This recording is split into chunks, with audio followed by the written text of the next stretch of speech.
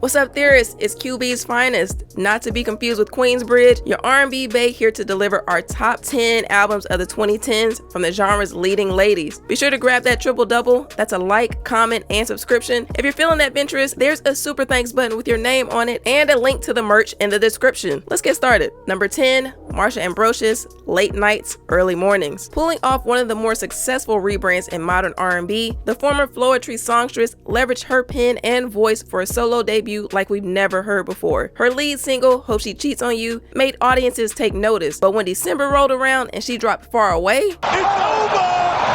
It's over, ladies and gentlemen! Sometimes people confuse the most popular option with the best option. Far Away grabbed 2 Grammy noms for Best R&B Performance and Best R&B Song, yet despite the Just Blaze production, it's not the album's magnum opus. You heard us right. The same Just Blaze that did Exhibit C for Jhen&eacute cooked up one of the decade's more slept-on R&B bangers. But jumping back to the album's best song, Marsha completely reimagined Lauryn Hill's Lose Myself from the Surf's Up soundtrack and struck gold. Lose Myself serves as the midway point of the album, half reflection, half revelation. Pair that with Your Hands, I Want You to Stay, and Butterflies remix, and the phrase beauty derived from pain has never been more applicable. Marsha's influence might not be as obvious as Jhené or SZA, but don't let it distract you from who really kicked off the decade. Number 9, Jhen&eacute, Trip. Innovation, by its very namesake, comes in many shapes and sizes. In Jhené's case, that involves shaping a concept album around a psychedelic journey of self-discovery. The best way we could describe it, Trip sounds like what we thought we'd get from 3 Stacks on that Flute album. We can't say that we saw Aiko putting out a 90-minute homage to hallucinogens, but once she did it, it felt long overdue, if that makes sense. For her role throughout the decade and her influence on the current crop of harmonizers, she deserves a mention on this list, but Jhené's career is one of the more unique we've come across. Truthfully, this isn't her best project to come out of the decade, just her most eligible. The Sellout EP was truly a diamond in the rough. It had the impact of a mixtape with quality cuts like an album.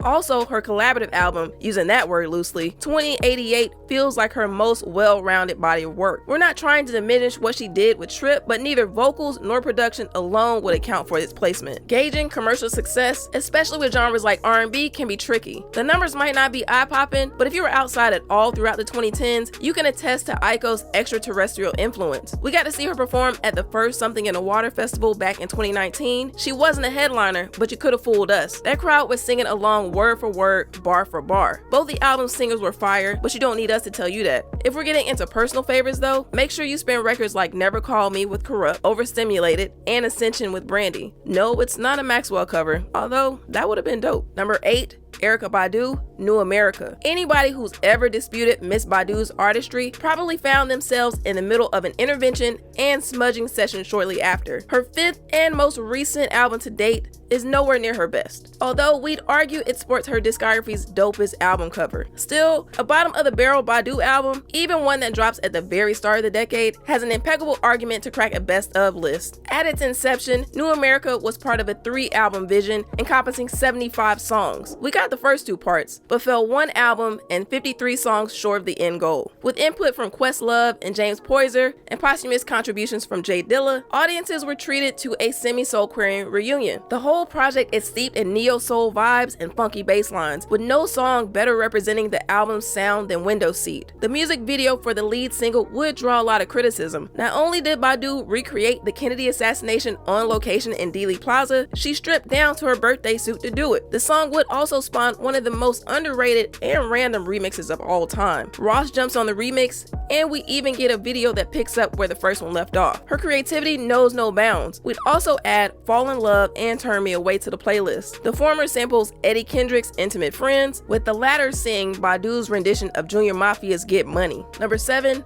Ella Mai. Ella's playoff run through the airwaves low-key spawned its own subgenre, a lane will dub Orange Stream. Before she was beefing with the king of R&B, now you sound like the king of R&B now, come on.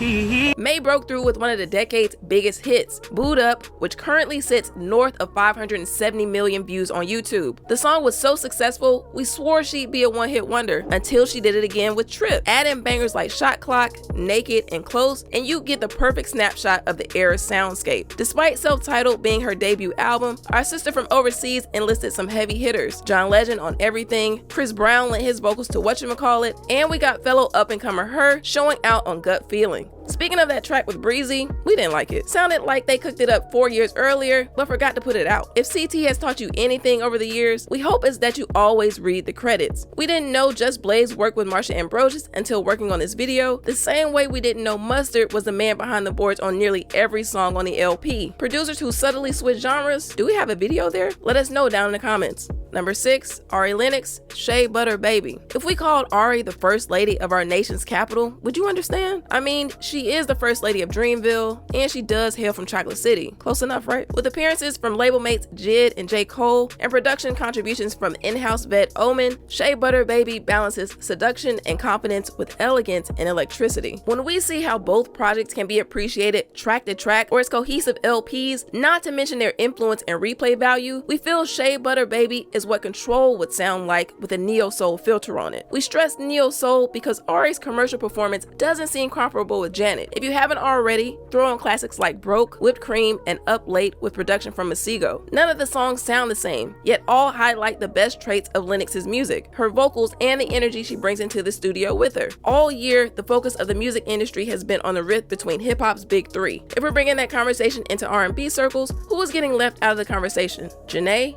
Ari, SZA, or Summer? Did y'all know YouTube comments are limited to 10,000 characters? Feel free to use all 10,000 down below. Number 5, Solange, A Seat at the Table. If you have a sibling, there's a good chance somebody has compared you to them more than once. It's also a good chance that sibling wasn't Beyonce. Fun fact, little sis Solange released her debut before Beyonce. She also put out an album in 2008, nearly a decade before reaching the critical and commercial boiling point with A Seat at the Table. With a solid argument to be the peak of the Elevator trilogy, Solange outbid Beyonce in the cultural impact sweepstakes. The album cover is one of the genre's most recognizable. Classics like Don't Touch My Hair, Cranes in the Sky, and Mad still find their way onto R&B's biggest playlist, not to mention her rolling out one of the most polished narrative-driven tapes ever. The album debuted atop the Billboard 200 with 72,000 units sold, the only chart topper on this list. While lead single Cranes in the Sky would win a Grammy for Best R&B Performance, it must run in the family. If you think the album's resume still sounds light, would an inclusion on Rolling Stone's 500 Greatest Albums list change your mind? According to the committee over there, A Seat at the Table is the 372nd best record of all time. We might not have it that high on our respective all-time rankings, but we certainly understand it being in the conversation. Truthfully, the only thing we would have changed about the record would have been to trim the album down to an interlude or two. Master P has his moments, but 5 out of the 21 slots, 3 would have been our limit. Number 4, Janelle Monáe, Dirty Computer. Kendrick and Drake were so quick to compare themselves to Prince and Mike. If we're talking artistry, style, or persona, who has a better case than Monáe? Not only did she work with Mr. Nelson Rogers himself, she basically reached into the vault for her conceptual cherry on top of her Arc Android trilogy. Speaking of that collab with Prince, how many people realize how star-studded the Electric Lady was? In 3 consecutive songs, we get Prince, Erykah Badu, and Solange. We get an interlude, then Janelle's timeless duet with Miguel. This only goes to show how focused and concise she was if Dirty Computer earned its spot over the previous model. If you want Janelle in her protege bag, check out Make Me Feel or Crazy Classic Life. If your vibe is more pop rock alternative fusion, Pink with Grimes,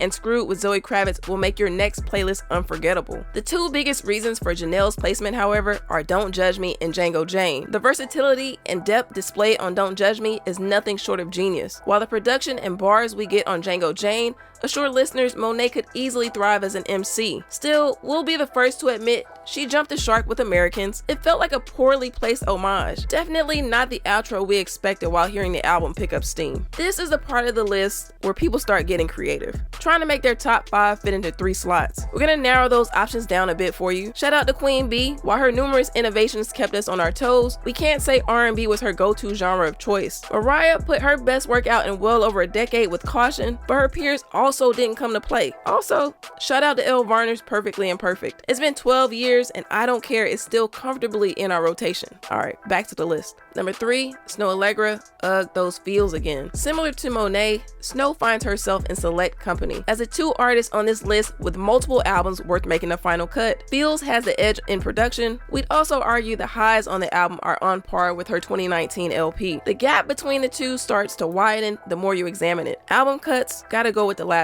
The sequencing and arrangement, same answer, different question. With the lack of any features, credited features, we heard the James Fauntleroy background vocals on Trialville 9200 Part 2, not mad at it, and an emphasis on vocals rather than instrumentals. Snoh feels more balanced and confident in her sound the second time around. If we average out the best 5 songs on the respective albums, Time would probably sit atop the list. That other 4 probably looks something like Love Like That, I Didn't Mean to Fall in Love, Whoa, and I Want You Around, in that order. The beauty of her follow-up lies in the replay value of joints like Situationship, Nothing to Me, and You. But our good sister even hit on remixes for I Want You Around and Whoa with Black and Pharrell respectively. Quality-wise, we can say this project can compete with pretty much any album coming out of the decade, including the 2 ahead of it on this ranking. But impact-wise, there's a clear line in the sand between her and our top 2. Number 2, Summer Walker, Over It. Following the emergence of artists like Jhen&eacute and SZA, melancholic R&B flooded the airwaves with a vengeance. With tats like a rapper and melodies like a 90s ballad singer, Summer Walker's inverted take on toxic love and heartbreak gave Future a run for his money when Drake jumped on the Girls Need Love remix. All the stars fell into alignment as buzz continued to circulate around R&B's newest superstar. We would get singles Playing Games and Stretch You Out before an early October drop, and she certainly didn't disappoint. Fun Girl, Nobody Else, and Tonight are just the appetizers for an entree that include appearances by Jhené, P&D, Black, and A Boogie. We would also get an extended version of Playing Games with Bryson Tiller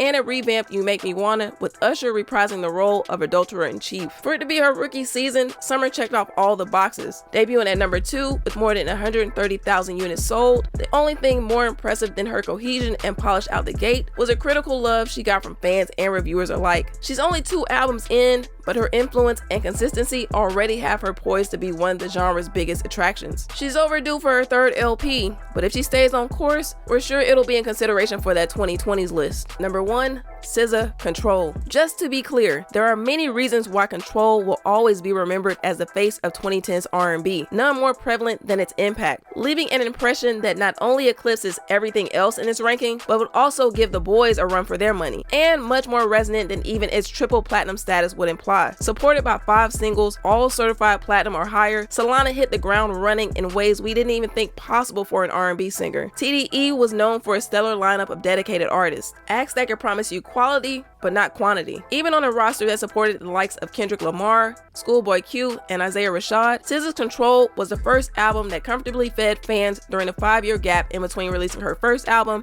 and her second album. We believe the true marker of a quality offering is the staying power fans can pull from the track list. It's easy to have the song of the summer, but what about the next summer and the one after that? First, it was Love Galore with Travis Scott. That song got so much airplay, we're sure SZA and Travis are tired of performing it by now. Then, The Weeknd took off, followed by Broken Clocks and Garden. We say all that to say, despite the monumental numbers the album and its preceding singles put up, and despite the 5 nominations she would earn for her work, including Best New Artist, TDE's First Lady would walk away empty-handed in one of the most head-scratching fashions we've ever seen. Spoiler alert, we have more than enough material for another Grammy snubs video. The scariest part of SZA's inclusion on this list is that despite the surreal production, extraordinary songwriting, and ethereal vocals throughout, we think SOS is already a better album by consensus. Yeah, the competition might really need to call for help if she drops Lana. Alright theorists, if you made it to the end of this video, pat yourself on the back. Your infinite wisdom has once again led you to the Culturalist Theory path. Run up those likes as we continue to bring you the industry's best content. Subscribe if you want to be a part of the most expansive community on YouTube, and schedule an appointment with that super thanks button. It usually gets busy this time of year. It's your girl QB, your R&B bae. Until next time.